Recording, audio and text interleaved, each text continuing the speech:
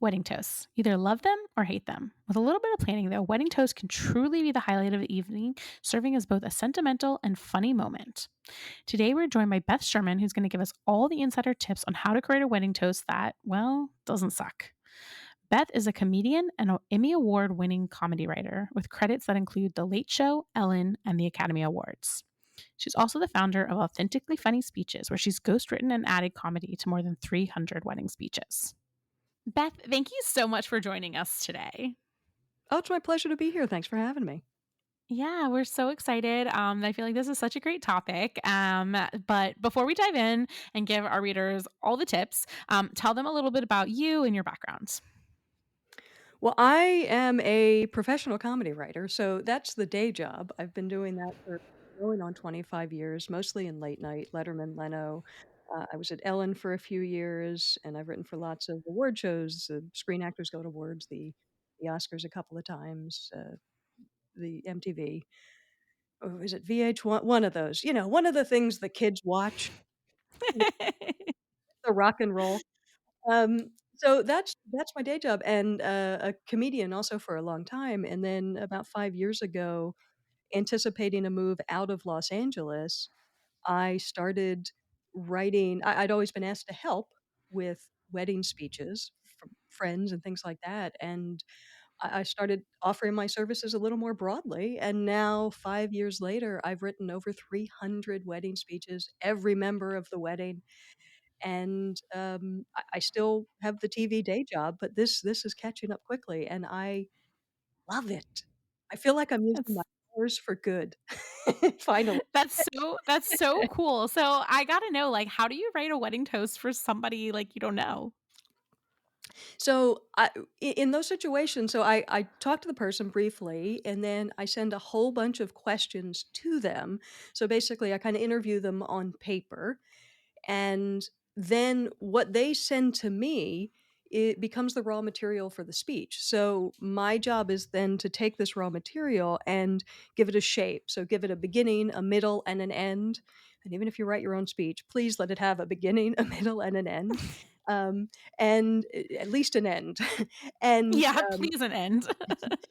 so give it a beginning, middle, end, and then I add all the connective tissue and the transitions, and anywhere I see potential for humor, actual humor or potential for humor, dial that up as much as possible, and then I send that draft to the client, and they give me notes, and we go back and forth fine tuning it until they say it's finished. I always compare it to having a custom suit made. So there's lots and lots, or any custom, probably a wedding dress, but there's lots and lots of measuring at the beginning. But then if I do my job well, then it's a couple of fittings. It's little small things to really put it completely into their voice. Because also I have a particular rhythm of speaking. I'm from a particular place. I'm a particular age. So that doesn't necessarily translate. And people can then together we can collaborate and really, really make it sound like Sammy. That is the coolest thing ever. Like, everyone listening, like, needs to do this because we may have done an episode where I said how I feel typically about toast. And I So may have listened to it. so I think everyone needs to take this advice and yeah, just have somebody write your toast for you. That'd be great. But no, let's say okay. So nobody wants to give a cringy toast. Let's just admit that. But sometimes it does happen. I think probably the key is preparation. So how do you suggest couples communicate their expectations for the toast to their toasters, um, so that it doesn't become one of those bad toast moments. Toasters, I love that. Hello, toasters. Well, I it does start from the beginning because that seems to be when when people go into panic mode. But just a clear giving them a clear expectation. Would you and phrasing it, I think not and well, and you gotta give a toast. At least phrasing it as would you be comfortable giving a Mm, toast, even if you really want them to do it, at least give the illusion of this person having a choice, especially if they're a nervous speaker. So, would you be comfortable giving a toast and just don't make them feel on the spot in the moment because it may take them a minute to get their head around it? I mean, they may be the best man or your dad or your maid of honor, but if you just give them a second to feel like they have some control, because people who don't like public speaking panic.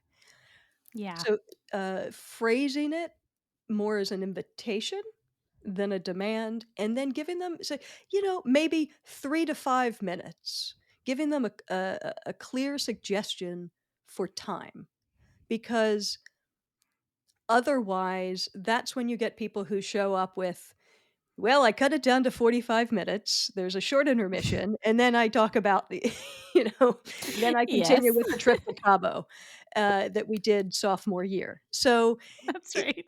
if you just tell them before they start, then at least there's a number in their head, and they have a sense of, "Okay, this doesn't have to be my dissertation." It seems doable also, and give them a little bit of notice. I mean, usually people seem to find out around the time the engagement happens, but if you're not sure if you want speeches at your wedding or something like that, still, give them as much notice as the caterer has. I mean, Right.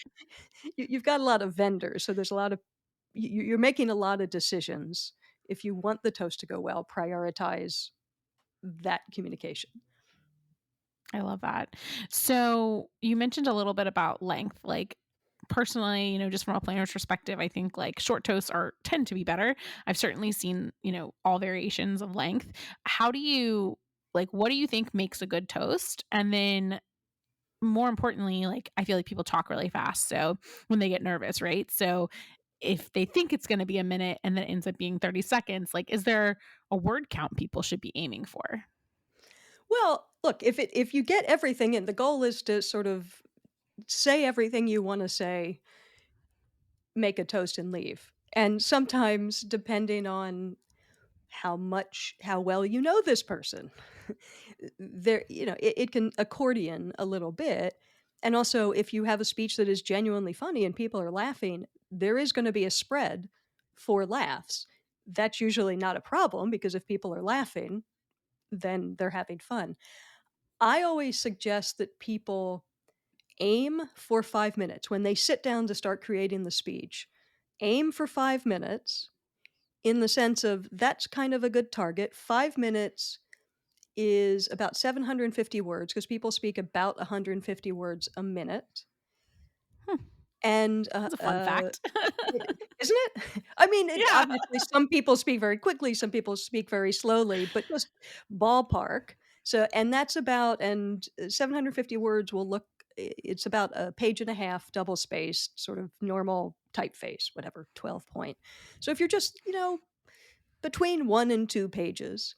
But when I talk to people about that, they go, "Oh," because they're just picturing it's gonna have to be 8 pages, it's gonna have to be gigantic. So it's just like a Yep. page and a half. You can say everything you wanna say, you can say it well, and if you aim for 5 minutes and you find you have a little bit more, then your spread, it kinda goes up to 6 or 7 minutes, which isn't crazy.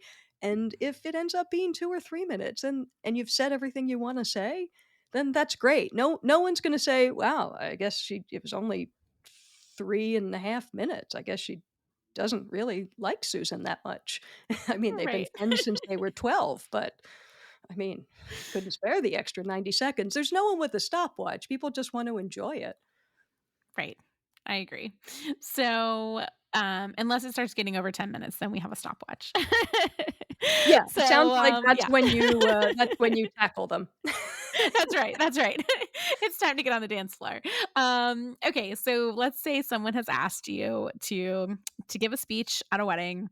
You've agreed, like, now what? Like, how do they prep for this moment in the spotlight that's gonna, be all eyes on them? Well, so in the structure of the speech, and again, there's these things are not carved into stone, but I generally break speeches down into 6 parts. I call them the 6 essential parts of a wedding speech. So you've got the introduction, which is who you are and why you're there, and you can add a joke to it or how you're feeling. So, "Hey, I'm Beth. I'm the big sister of the bride. or the better looking best sister, the more modest best sister, the much, much, much older sister, just something. Or if you're really nervous, that's a place to say, I'm Beth, I'm the big sister of the bride, and if you've met me, you know I don't enjoy speaking in public, but this is an opportunity I couldn't pass up. I mean, that's so don't just say, I'm Beth, I'm the sister of the bride, and now I'm going to say the next thing. Give people a little something. So, introduction, then your thanks and acknowledgments. Thank anyone that needs thanking. Thank if you are a maid of honor or the best man, thank your hosts. If you're the father of the bride, thank the guests for coming. If you're the bride and groom, thank the guests for coming. And the acknowledgments would be usually it's absent friends and family or anything that anyone who couldn't be there. And especially if you've got something sad or a Mm, sad absence that you need to acknowledge, it can be good to do it up top there because then you've kind of covered it and you can use the momentum. The momentum you build for the rest of the speech can all be happy. So it's nice to get that out of the way with the business. I like that. Um, and then, yeah. So, when it is something sad, do you suggest that people do address it in a toast? Or, like, what is the best way to go about that? I mean, sometimes, there are sad situations when it comes to a wedding. So how deep do you suggest people go on something like that? Well, I sort of go by the rule of the elephant in the room. If it's something that is would be weird to not acknowledge. Mm, I've had clients where dad not only did dad pass away, so he's not there, he's passed away within a few months, or right. mom isn't, things like that. So it's those are big elephants in the room. Oftentimes grandparents aren't there, and that's something that can be a little bit sad, but also bittersweet. You can sort of have a nice moment because it's sad that grandma and grandpa aren't here, but they would be 140. So it's we sort of understand why they wouldn't be there. Right. Um, but getting it mentioned up top because you can also that's also a moment where you have to acknowledge, of course, we would all love to see, dad. It's so we wish that dad could be here to share this day, but I think we all know he's looking down, and then put a joke in, and by joke I mean put some truth in. He's looking down, saying, "What, you didn't get the big seafood tower? What, are you trying to starve these people to death?" Like, s- make it that he's looking down and saying something that he would say. He's got a phrase, or there was something he loved, or maybe you're getting married on a Sunday and he was a huge football fan.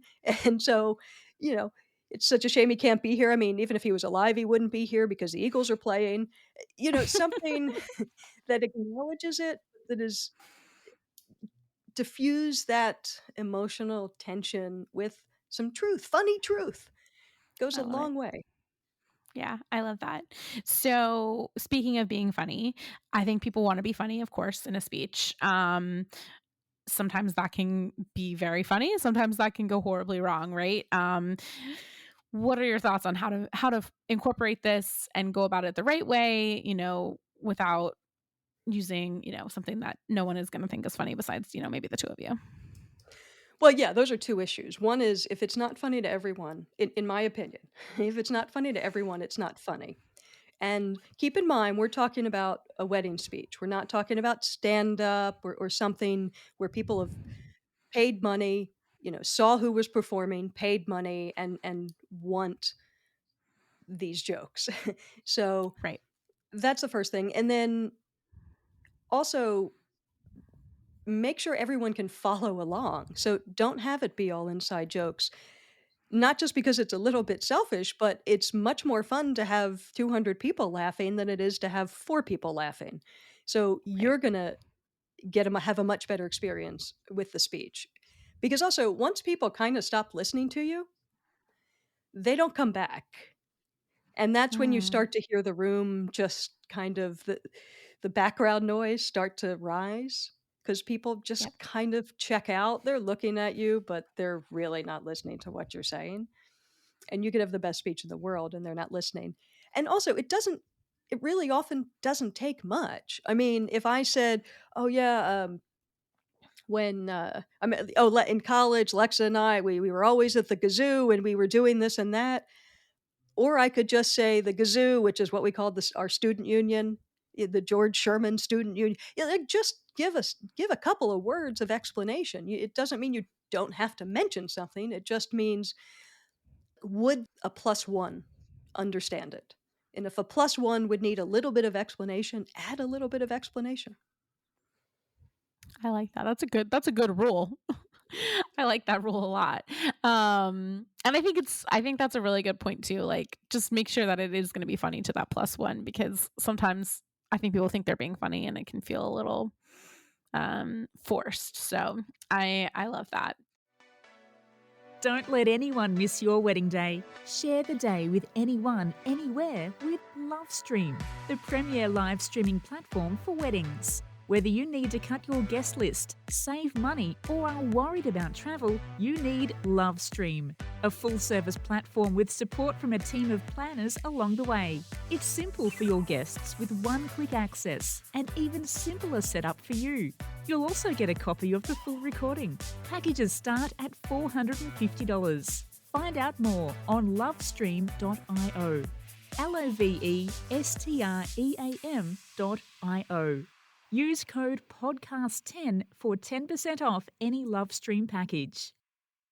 So, what about the newlyweds? I've seen a lot more of this where the two of them decide to say something or maybe even get too nervous and decide not to say something. I know personally, like my husband decided not to say anything at our wedding and he like still 10 years later like regrets not saying anything because he was like, why did I not do this?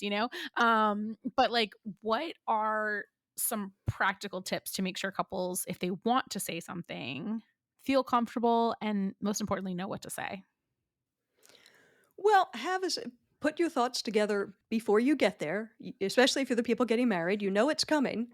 So put your thoughts together first. You can write them down. It's totally fine. You don't have to memorize these speeches. Any of the speeches, I always recommend print them out and read them over and over again at home out loud to get your brain and your mouth coordinated, and get that muscle memory so that you can look up and so you have it sort of half memorized. But prepare. I couldn't go up and give a speech with just, "You, go, give a speech." I mean, I guess I could Right. give an okay toast, but it wouldn't be the same thing as if it wouldn't be as good as if I'd planned it. So, I think couples sit down, think about who you'd like to thank, because you wanna thank everybody for Yep. coming. They've made this effort, and the day literally would not be the same if they were not there. Acknowledge anyone who's come a particularly long way to be there. Thank your folks, thank your parents if for raising you, if you, I guess, have a good relationship with them, or if you have a Right. bumpy relationship with them, sort of take a step back and think, if I say something nice now, I mean, have they been making an effort? Have they been doing their best, even if that's not great? This can be a good time to publicly say thank you and to let them feel appreciated. Because when people feel appreciated, because sometimes people are just jerks because they don't feel appreciated. Right. So it costs you nothing. And Yeah. it also looks weird if you don't thank your parents, even if you True. have a complicated relationship. True. Mm. Uh, say something nice to your siblings. And when you're saying these nice things, also say them directly to these people. I mean, you're speaking to the room, but when you're actually thanking these people individually, turn to them. Have a moment, make eye contact. One, because it's everything's going to land better and you're going to get more out of it and they are. Also, that's a great photo of It the is. two of you really looking at each other and having this moment with your eyes locked. Um and also, so thank them. So thank anyone that needs to be thanked, the people on that sort of list. And then I like to hold the best for last and thank your new spouse last. And it's not necessarily a thank you, but you can say, I'm so glad you came into my life, and maybe you can do an abbreviated version of how you met or how you felt when you met. If someone has not told that story earlier in the evening, you can give them um, just have a moment speaking directly to your partner and tell them what they mean to you. Because maybe you did it in your vows, but that was probably in a bit more formal way. If you did custom vows, it was probably a little more formal. And this is your moment to sort of say, I think the moment I fell in love with you was when. And it can be a silly answer. Sometimes it's a small moment, or in our vows, I said that I fell in love with you at this moment, and maybe that, but every day when you do this, and when you do that, and when you do the other thing, I fall in love with you all over again. So it it's a moment to really um, also show the people who are there how you feel about this person, and to sort of make them feel good about the union, and to them make them understand why you 2 have made these choices, because a lot of times a lot of your guests are meeting the new spouse for the first time. So you want them to see the spouse the way you see your spouse, if that makes sense. Yeah, that makes perfect sense. You're making me a believer in these toasts. I'm You just trying, gotta follow I'm these trying. simple you just gotta follow these simple steps. So we talked a little bit about, like, what to say. I know you come from a performance background, so, like, how do you actually and you even just touched on a little bit, making eye contact and things like that. So what are your tips for how to actually execute the toast? Do you use a mic? Where do you stand? What are things that, the couple or the, loved ones or even planner, photographer can kind of take away as like, these are things we should consider during toasts. Well, the most important thing is make sure people can hear you. I, Yeah. I think we've all been to weddings where the speeches start to happen and it sounds like maybe they're happening in another room, or they're being delivered by whoever makes the announcements for the New York City subway system.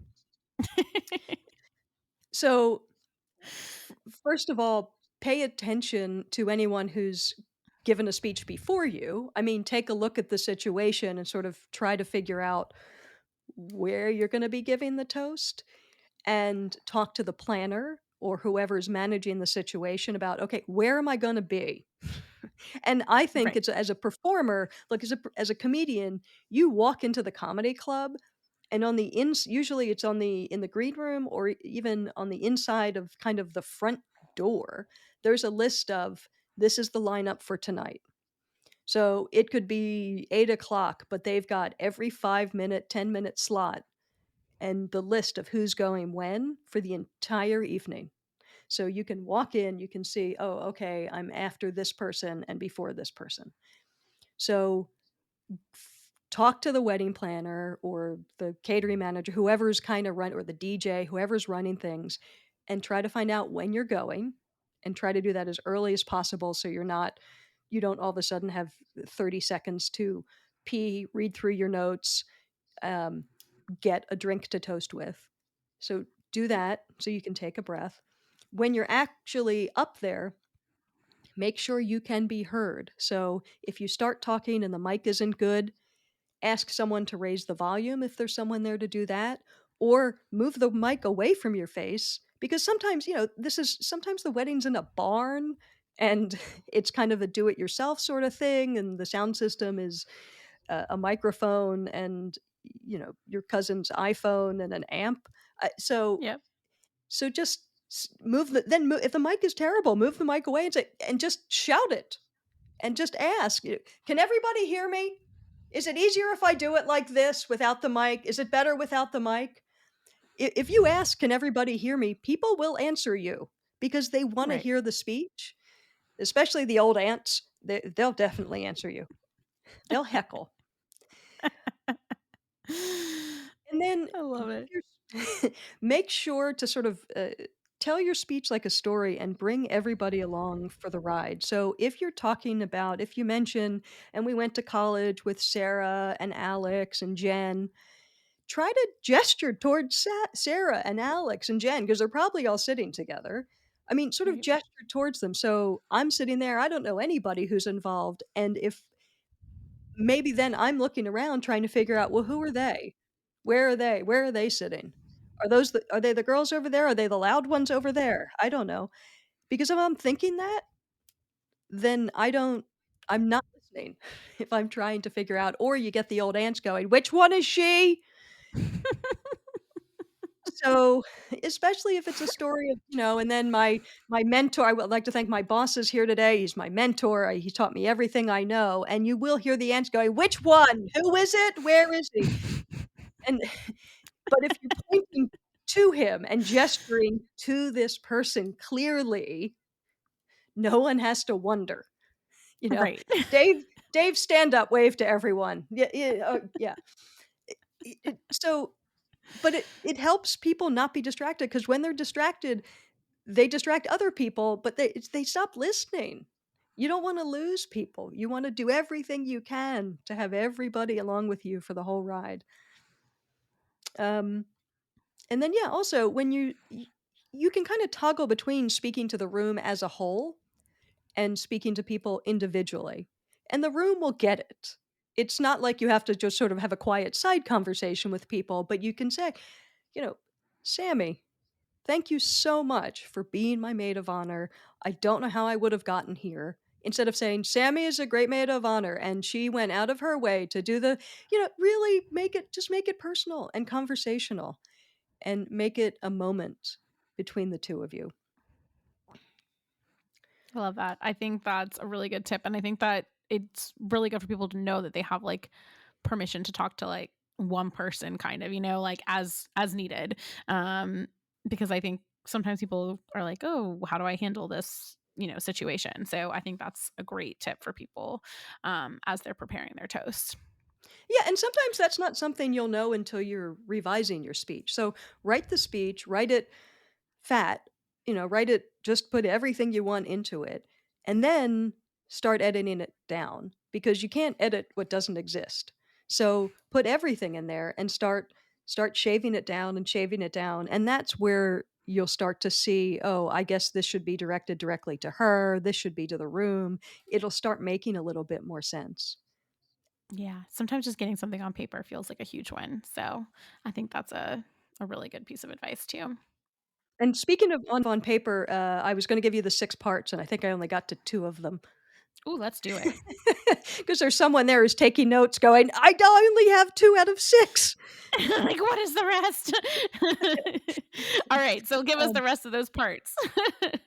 so I call them the 6 essential parts of a wedding speech. We've got your introduction, which is where you explain who you are, uh, well, literally who you are and why you're there, and then also give the audience a little piece of information. Maybe it's how you're feeling, or where you are in the birth order. Are you the big sister, the little sister? You can kind of attach a little bit of a joke with it, or a little bit of honesty, a little bit of honest, funny truth.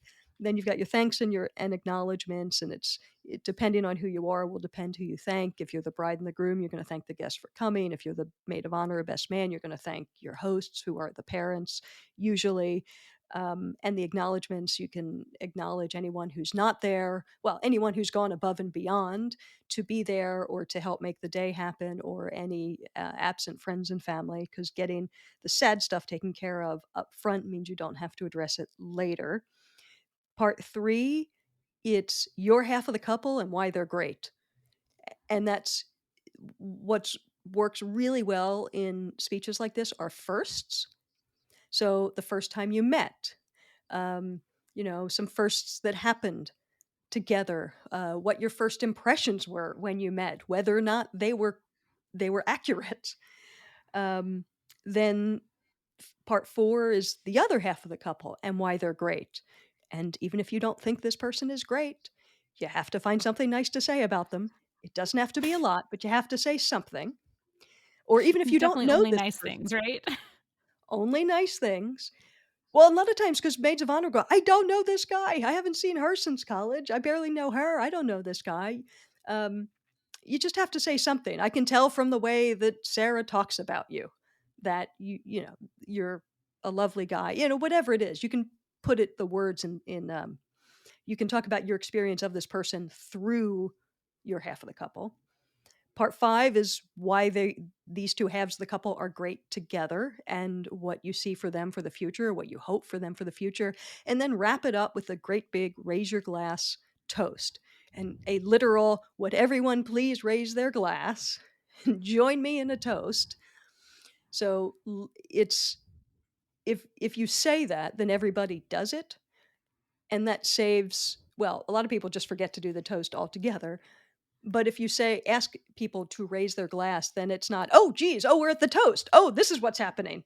Um, so it just saves that kind of frantic reach for something. End it on the toast, and then that's it. You can't follow the toast. That's your big closer. It's "Good night, everybody." Um, Once you've done that, you gotta go. you gotta go, and I always recommend go right over to the couple, give them a hug and a kiss, and keep in mind that if you've got a good photographer, someone's trying to get a photo of that moment. So, Right. when you do that, just have an awareness and try to make sure that photo happens or that you're giving the photographer a little bit more than just your back. And I did talk to a wedding planner who said, "Yeah, and I always run in and get the mic from them because she's had some hot mic moments where people go in, they hold on to the mic, they go in for the hug, and when their arm is wrapped around someone else, like, 'Do you see how drunk Uncle Dave is?' Just some or thanks for not talking about the herpes." Um, It's so a really good tip, actually. isn't it? Yeah. You don't want that hot mic. You don't want a hot mic. I do have some strong opinions on where to place people. This is just for the videographers out there or, wedding planners, and I'm sure you know this, and I'm sure you do this, but, um, someone suggested it made so much sense is to have a mic that's, sort of if you can avoid it, don't give someone, um just don't hand someone a mic. Have the mic in a stand because it means they're gonna stand in that spot. If you give someone a mic, suddenly they become a lounge singer working the room, which is nice for the room, but not good for your photos and not good for the videographer who's got his camera on sticks, who's got his camera on a tripod in a lockdown shot, and you're just walking in and out of it. And it makes a very poor video when you go, "Is I hear him talking, but he's not in the shot anymore." So, um I love it. and also try to put the speaker um, try to put the speaker up a little bit or up where everyone can see their face. I was at a wedding and there was a little bit of a stage because there was an MC on it and a couple of musicians, but they had sort of all the there were big round tables that were all arranged in a circle or kind of a semicircle, and they had people just standing in the middle of that, which I guess on paper, when there was no one sitting at the tables, that seemed like a great idea, but I'm sitting at a table kind of on the edge. I can't see because the person's head is just sort of at is just blocked by everybody else's head. I mean, so it really takes a lot away from the speech when you can't see someone's face. I wanna see dad's face when he's talking Yeah, about his daughter. for sure. For sure. Um It sounds like a small thing, but go put him up on the stage, please. I wanna see. Let's see dad. We all wanna see dad. Yes. Yeah, for sure. I love it. So these have been amazing tips. Before we close out, I wanna know, like, are there trends when it comes to wedding toasts? And if so, what are you seeing people do as we head into, this wedding season and next year? Uh, I don't know if I'd call it a trend, but I'm definitely seeing more women speaking at weddings, more brides and grooms speaking, more brides speaking even if the groom doesn't want to. I write a lot of speeches for people in the UK and Australia, and the groom's speech is the tradition. The groom always makes a speech. And now in those countries, I'm definitely seeing the bride also make a speech. And I'm seeing a lot more moms making speeches with dad or on their own. I seems like they should get, if not equal time. I mean, they've had they've generally had a hand in it. It's not to say, I mean, the father of the bride speech is the tradition, but it's also nice to hear from mom in addition Yeah. to dad, either as part of his speech or on her own. Yeah. I also would agree that I've seen a lot of moms talking, and I love it. I think it's great. Um, Moms have a they lot to don't say. they got a lot to say, and, like, they don't always get, as much spotlight as dad on wedding day, but they've certainly probably contributed, to the planning just as much, so, They've earned um it. They've earned it. exactly. Awesome. Well, this has been great. These tips have been amazing. Tell all of our listeners where they can find you, where they can get in touch with you if they want someone to write their speech for them. It's authenticallyfunnyspeeches.com. It's also Authentically Funny Speeches on YouTube. I've got a bunch of videos that explain all of this stuff on YouTube, Authentically Funny Speeches, also on Instagram and Pinterest, but really YouTube or the website are the best places. And I write speeches for people, but I also have services where I can just do a video review of it. You send me the speech and I record a video and give you 20, 30 minutes of feedback so that the first time you get feedback is not in front of the audience on the day. So there's all sorts of ways I can help. Amazing. Well, thank you so much for joining us today, Beth. Thank you. It's my pleasure. For more from today's episode, visit the planning tips page on Bustled, BUSTLD.com. Sammy and I started Bustled a few years ago to help engaged couples discover wedding vendors based on fit. Think of us as a dating app for the wedding industry. After couples take our quiz, they're instantly matched with vendors that are going to be a great fit for them based on style, budget, location, and even more. Ready to match to your dream wedding vendor? Sign up at Bustled, BUSTLD.com to get started today. And follow along at Bustled for daily inspiration on Instagram.